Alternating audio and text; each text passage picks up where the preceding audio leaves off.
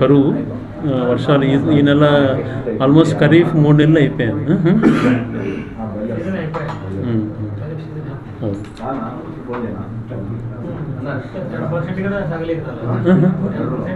రాలేదు. ఆత్మగౌరవం, బీసీల ఆత్మగౌరవం అన్నటువంటి మాట్లాడేటువంటి నాయకులకు ఒక్కటే మేము ఛాలెంజ్ చేస్తున్నాం.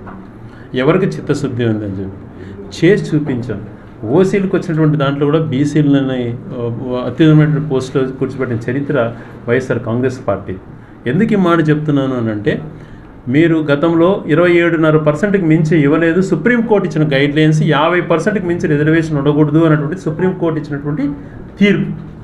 దానికన్నా టాప్ ఏది లేదు కదా. సుప్రీంకోర్టు ఇచ్చిన తర్వాత ఎస్సీలకు 16.6% ఎంత ఇవ్వాల్సింది ఎవడు కూడా 1% 0.1% తగ్గించలేదు. ఎస్సీలకు ఇవ్వాల్సిన 6%ని 1% కూడా తగ్గించలేదు. ఉండేది 27.4% ఎంతో ఛాన్స్ ఉంది.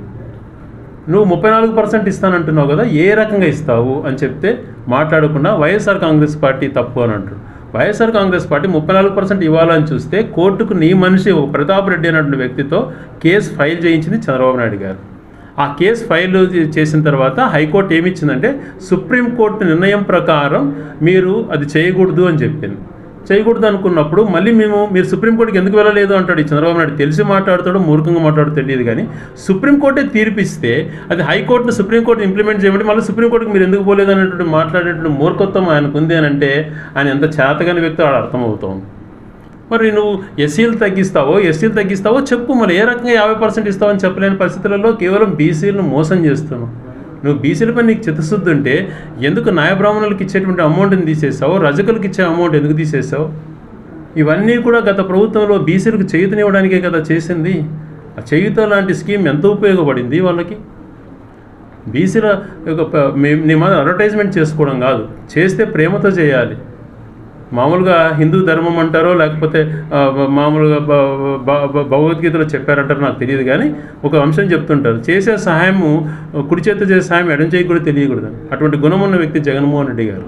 అందుకనే ఎంతమందిని ఎమ్మెల్సీలు చేశాడు, ఎంతమందికి బీసీలకు అవకాశాలు కల్పించాడు, మహిళలకు కల్పించాడు, మైనార్టీలకు కల్పించాడు, బీసీలకు కల్పించిన వ్యక్తి జగన్మోహన్ రెడ్డి గారు. మీరు ఏది చేయకుండా కేవలం నింద మోపేటే చేస్తున్నారు. ఎలక్షన్ జరిపేది నీకు ఆ ధైర్యం చాలకో లేకపోతే ప్రజల్లో చులకనటువంటి భయంతోనో తప్పించుకోవడానికి ఇటువంటివన్నీ ఎత్తులు వేస్తున్నాడు అనేటువంటిది అర్థమవుతాం. విద్యార్థులకు నిరుద్యోగ వృత్తి ఇవ్వకుండా ఎగరగొట్టావు, ఫీజు రియంబర్స్మెంట్ 10,000 కోట్ల బకాయిలు పెట్టావు, ఆరోగ్యశ్రీ నిధులను పక్కన పడేసావు. ఏం చేస్తున్నావు? 2.5 సంవత్సరం పరిపాలన స్టార్ట్ అయ్యి ఒక్క పెన్షన్ లేదు, కొత్త పెన్షన్. ఒక వికలాంగుడికి పెన్షన్ ఇచ్చింది లేదు, కొత్త పెన్షన్. గత ప్రభుత్వంలో ఇచ్చినట్టుగా కొనసాగించుకుంటూ దాన్ని ఫోజులు కొడుతున్నారు. ఇంటింటికి పెన్షన్ జగన్మోహన్ రెడ్డి గారు చేసింది, అమ్మఒడి జగన్మోహన్ రెడ్డి గారు చేసింది. ఏది మీరు కొత్తగా ఇది మేము చేస్తాము, మా బ్రాండ్ ఇదేనట్టు చెప్పుకుంటే ధైర్యం మీకు లేకుండా పోయిందని అంటే ఏ రకంగా మీరు వైఫల్యం చెందుతున్నారో గమనించుకోమని తెలియజేస్తూ, ఇంటింటికి అంటే దాన్ని కూడా నాకు 2 సంవత్సరాలు పట్టింది రాయచూట్లో ప్రతి ఇల్లు తిరగడానికి. ఒక్కొక్క పంచాయతీ 5 రోజులు 6 రోజులు తిరిగా. ఒక మున్సిపాలిటీలోనే గడప గడప తిరగడానికి నాకు 48 రోజుల నుంచి 50 రోజుల పైన పట్టింది. ఒక సెట్టిపల్లి గ్రామం 7.5 రోజులు తిరిగినా నేను. తిరగాలంటే ఇల్లు తిరగాలంటే అంత టైం పట్టి. ఇప్పుడు ఎవరో పేపర్లు పట్టుకొని ఒక ఫోటో తీసుకొని ఇదే గడప గడప అయిపోయిందంటే నేనేం చెప్పగలుగుతా దానికి?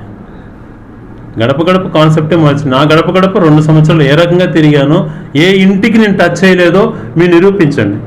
అది శత్రువు ఇల్లు అయినా, పార్టీ కాని వ్యక్తి అయినా, విమర్శించే వాళ్ళ ఇల్లు కూడా గడప తొక్కాను నేను.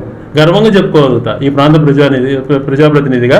ఒక రాజకీయ నాయకుడు అది కంపల్సరీ బాధ్యత కాబట్టి ప్రతి గడప తొక్కాను. ఒకసారి కాదు, ఎన్నోసార్లు తొక్కా. ఓట్ల కోసం కాదు, ఓట్ల తర్వాత కూడా ప్రతి గడపకి ఎక్కినటువంటి వ్యక్తిగా నేను గర్వంగా చెప్పుకుంటాను. ప్రతి ఎలక్షన్స్కు పార్టిసిపేట్ చేస్తాను. పరిస్థితులలో నారాయణ స్కూల్కి సంబంధించినటువంటి వ్యక్తి రాష్ట్రంలో అత్యంత కీలకమైన స్థానం మంత్రివర్గంలో ఉన్నాడు. చైతన్య అనేటువంటి వ్యక్తి ఈ రాష్ట్ర ప్రభుత్వానికి ప్రతి సంవత్సరం ఎలాగ 100 కోట్ల రూపాయలు ఎలక్షన్ రూపంలో ఫండ్స్ ఇస్తారు అటువంటిది ఆధారాలతో సహా చూపించడం జరిగింది. మరొక స్కూల్ భాషానికి సంబంధించిన ప్రైవేట్ స్కూల్ అయినా రాజ్యసభ మెంబర్. ఇంకా ఆయన ప్రైవేట్ స్కూల్ కొమ్ము కాస్తానంటే కదా, గవర్నమెంట్ స్కూల్స్ పైన ఏ ఉద్దేశం ఉంటుంది? గవర్నమెంట్ స్కూల్స్ మానేస్తే వాళ్ళు ప్రైవేట్ స్కూల్స్లో చేరుతారనే ఉద్దేశంతో ప్రభుత్వ పాఠశాలను నిర్లక్ష్యం చేస్తున్నట్టుగా స్పష్టంగా కనపడతాం. ఈరోజు రాజ్యాధికారంలో ఉండేటువంటి వాళ్ళంతా స్కూల్ యజమానులు. అర్థం చేసుకో దీన్ని బట్టి. గతంలో అట్లా చిత్తశుద్ధితో పేదల కోసం పనిచేసి నాడు నేడు రూపంలో స్కూల్స్ను అతి అద్భుతంగా తీర్చిదిద్దిన చరిత్ర మాది. దేశంలో యావరేజ్లో పడిపోవడం కాదు, గవర్నమెంట్ స్కూల్సే కాకుండా ఈజ్ ఆఫ్ డూయింగ్ బిజినెస్లో ఏ రంగంలో కూడా రాష్ట్ర ప్రభుత్వం నేషనల్ యావరేజ్ కన్నా చాలా దారుణమైన పరిస్థితుల్లోకి వచ్చింది. ఇది స్పష్టంగా ఈరోజు కొప్పర్తి ఫైనాన్షియల్ సెజ్ వచ్చినా, ఓరకల్లో ఫైనాన్షియల్ సెజ్ వచ్చినా, ఈ పరిశ్రమలు వస్తున్నాయంటే జగన్మోహన్ రెడ్డి గారు ముందు చూపు.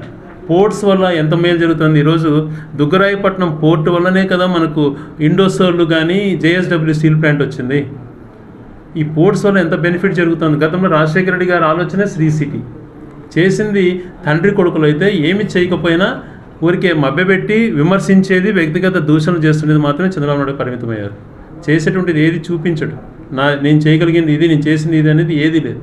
రాయచూరులో ఒక బిల్డింగ్ చూపించండి, అట్లనే ఉంటుంది ఆయన పబ్లిసిటీ.